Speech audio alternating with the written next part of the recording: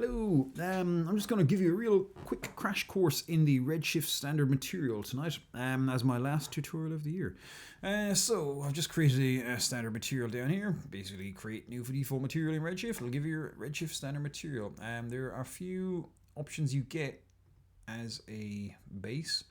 These can obviously be all overridden with nodes from the node editor. We're not going to go into that now because that is just a world of difference, but it is obviously once you start to learn, like anything, once you start to learn it, it makes sense.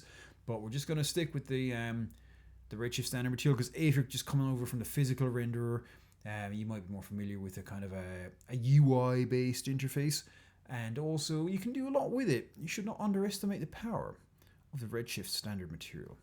And so right now we're going to just cover the base of the basics. So let's just stick that up there, get them bad boys colored in, and we'll see we have our standard material. So going back, click on that, get our editor back up. We'll see what we do with this. Just affects the diffuse color. It's not called diffuse color, it's called base color here, but it is the diffuse color. Obviously then the reflection will be affecting it all the time. If we turn the reflection down to 0, we won't get any reflections. However, if you increase the metalness, you will get reflections. They'll just be metallic reflections. And so that's how that works. Let's just undo that. We'll go back to where we were. Not quite just yet. Okay, cool. Yeah, we're back to the metalness, and yeah, get rid of that. Cool. So the next thing we want to cover, I'm not going to go into diffuse roughness or the diffuse model. The weight is important because that's just, the weight is important to every one of these options here, the base, the transmission, the subsurface, etc. The weight's just increasing the intensity of that particular effect. But obviously we want the weight of the color to be 100% because we don't want it to be less than what we need. So, but we will change the color down a bit because I want to show you the reflection. The reflection, you can actually tell it to reflect different colors. See, if you just tell it to reflect red, it'll reflect red.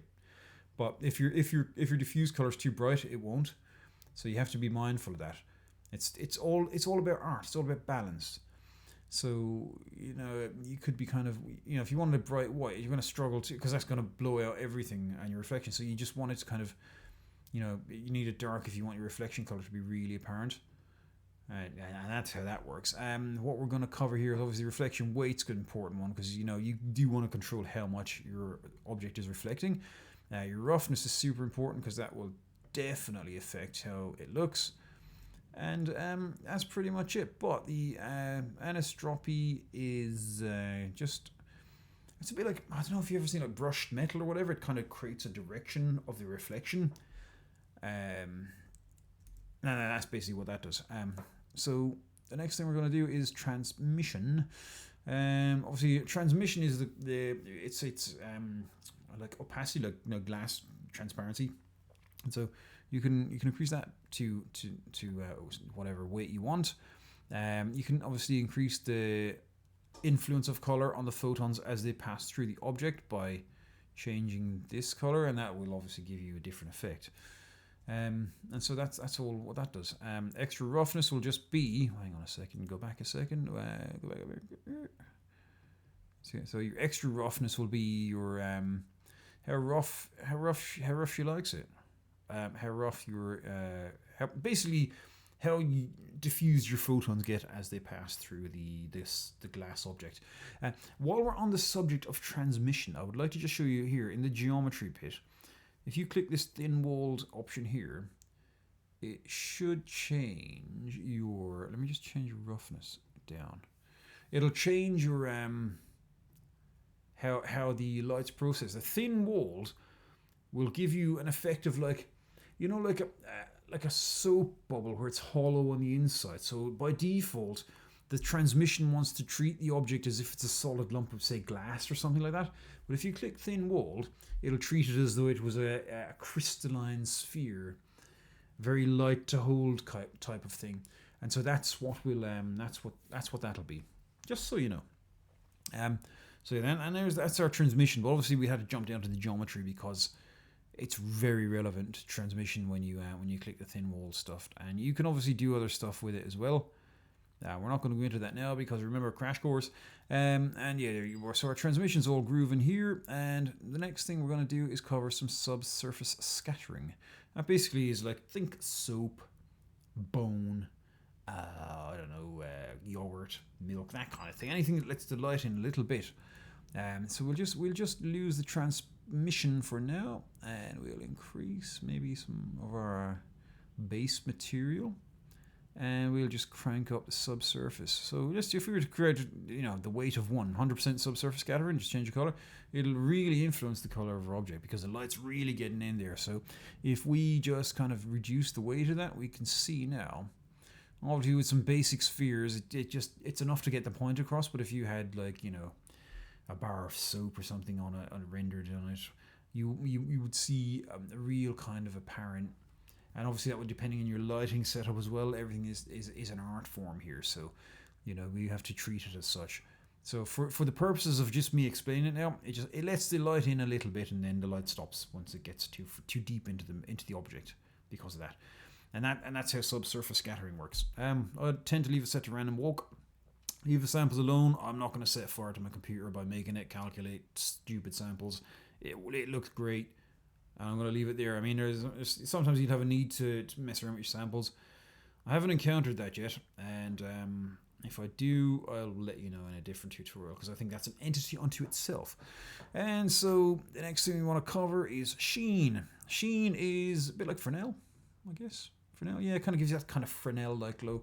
Let's just change the area light. Let's just duplicate that.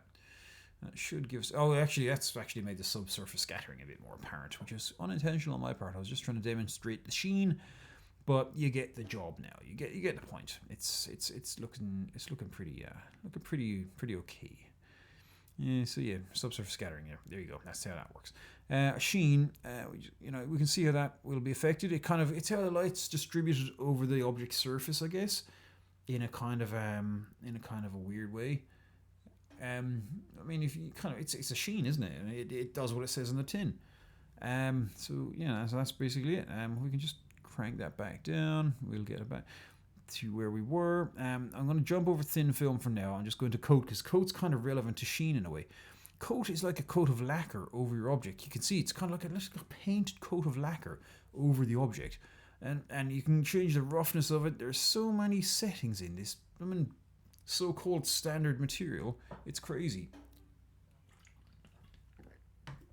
So what we want to do next, what I do want to cover is the thin film.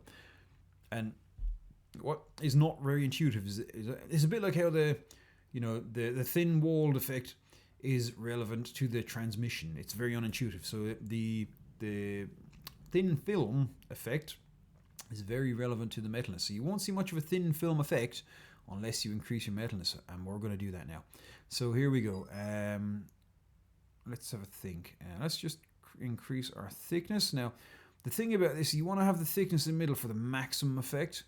And like I said, you won't see it just yet. But if we just crank up the metalness here, we'll see a bit of a soap bubble type effect going on here.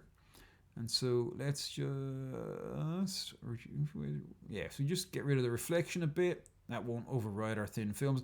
So we've got this vibey thing on, like, if there's like oil spill, diesel spill, kind of soap bubble type effect, thin film.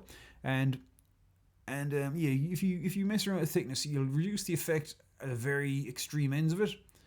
And then you'll have the sort of most effect in the middle. But you have to experiment, you see, and you'll get the effect you want eventually.